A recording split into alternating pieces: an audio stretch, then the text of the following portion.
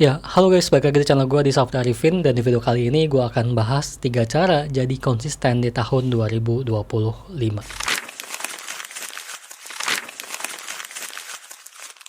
Tapi sebelumnya, kenapa sih kita itu harus konsisten? Emang sepenting itu kah konsistensi? Ya, jadi konsistensi ini merupakan hal yang sangat penting. Karena jadi salah satu kunci utama dalam mencapai apapun dalam hidup kita.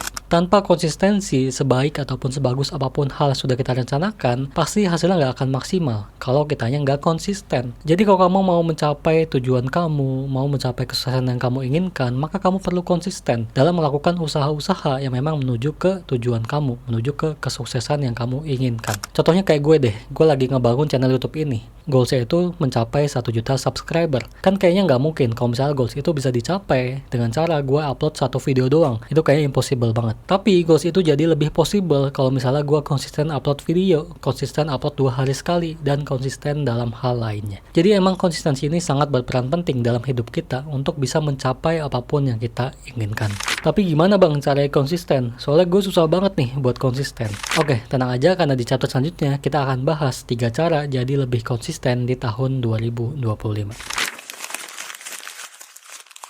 Ya, terkadang konsistensi itu memang jadi hal yang susah untuk dilakukan bagi sebagian orang. Apalagi bagi mereka yang kerjanya sendirian. Dimana mereka itu nggak punya dorongan atau paksaan dari atasan untuk tetap konsisten. Jadi mereka harus memaksa dirinya sendiri untuk tetap konsisten melakukan usaha-usaha untuk bisa mencapai goals yang mereka inginkan. Dan ini bukanlah hal yang mudah. Tapi tenang aja karena di chapter 2 ini kita akan bahas 3 cara jadi lebih konsisten di tahun 2025.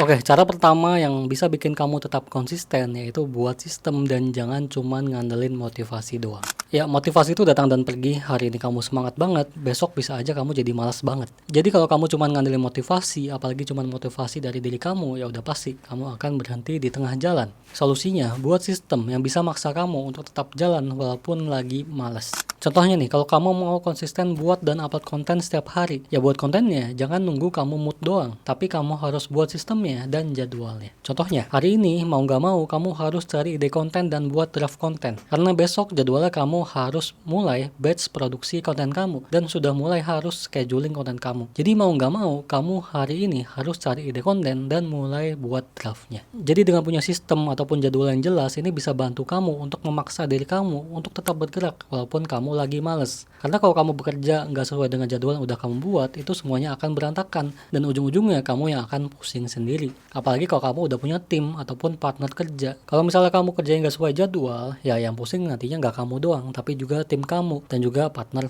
kerja kamu. Jadi punya sistem atau jadwal ini sangat membantu kamu untuk tetap bisa konsisten karena bisa maksa kamu untuk tetap bergerak walaupun kamu lagi males. Cara yang kedua yaitu atur lingkungan sekitar kamu biar ngedukung kamu bisa jadi lebih konsisten. Ya, kita itu sering lupa kalau misalnya lingkungan di sekitar kita itu akan sangat mempengaruhi konsistensi diri kita. Kalau lingkungan yang ngedukung, ya konsisten itu bukanlah hal yang susah tapi hal yang mudah untuk dilakukan. Contohnya, kalau teman-teman kamu itu sering malas-malasan, suka menunda pekerjaan, atau mungkin nggak punya target yang jelas, kemungkinan besar kamu juga akan ikut terbawa. Sebaliknya, kalau mereka itu produktif, disiplin, punya konsistensi yang tinggi, ya kamu juga akan ikut terbawa hal positif dari teman-teman kamu. Jadi lingkungan itu sangat mempengaruhi konsistensi kamu, dan lingkungan ini mencakup banyak hal. Contohnya kayak tadi, yaitu teman-teman kamu ataupun orang-orang di sekitar kamu. Usahakan kamu itu cari teman, partner kerja, atau bentuk tim yang bisa saling support untuk terus konsisten. Karena orang-orang di sekitar kamu itulah yang akan ngebentuk diri kamu. Kalau orang-orang di sekitar kamu itu malas-malesan, gak disiplin, dan gak punya tujuan, ya kamu juga akan ikut terbawa. Tapi sebaliknya, kalau kamu berkumpul sama orang-orang yang konsisten, punya disiplin yang tinggi, ya kamu juga akan ikut terbawa hal positif dari orang-orang tersebut. Jadi usahakan kalau misalnya kamu mau konsisten, ya kamu juga kumpulnya sama orang-orang yang konsisten juga, yang disiplin juga. Atau bahkan kalau bisa, kamu kumpulnya sama orang-orang yang punya konsistensi dan disiplin yang jauh lebih tinggi daripada kamu. Biar kamu bisa kebawa hal positif dari mereka. Ya, lingkungan kedua yaitu tempat kerja ataupun tempat belajar kamu. Ya, ini merupakan hal yang sering dilupakan. Kalau misalnya tempat kerja ataupun tempat belajar, kayak meja kerja, ruangan kerja itu akan sangat mempengaruhi konsistensi kamu. Contohnya nih, kamu mau konsisten upload konten dan buat konten setiap hari, tapi ruangan kerja kamu itu berantakan berantakan dan kotor banget. Ya gimana ruangan kerja itu bisa ngedukung kamu untuk bisa konsisten buat konten setiap hari? Yang ada ruangan kerja kamu itu malah bikin kamu malas dan akhirnya kehilangan konsistensi kamu. Jadi usahakan kamu itu punya ruangan kerja atau meja kerja yang bisa mendukung konsistensi kamu. Usahakan ruang kerja kamu itu bersih, nyaman, dan kamu itu betah di situ lama-lama. Biar bisa ngedukung kamu untuk tetap konsisten melakukan hal-hal yang bisa membawa kamu ke tujuan kamu.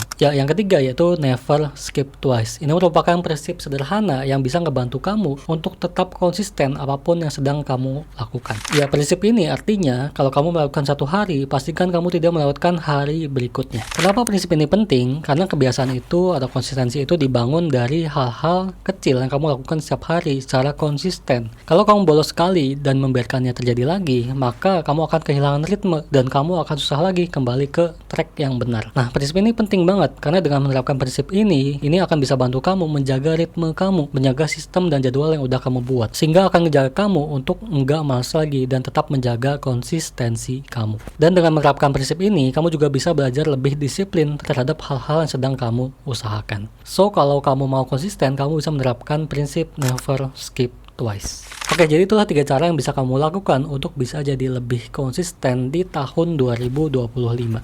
Ya, walaupun konsistensi ini bukan satu-satunya cara untuk bisa mencapai goals dan tujuan kita, tapi seenggaknya dengan konsistensi, ini bisa mendekatkan diri kita ke goals dan tujuan yang kita inginkan. Oke, segitu aja video kali ini. Kalau bermanfaat boleh like dan subscribe, dan jangan lupa juga share ke teman-teman kamu, biar sama-sama jadi lebih konsisten di tahun 2025.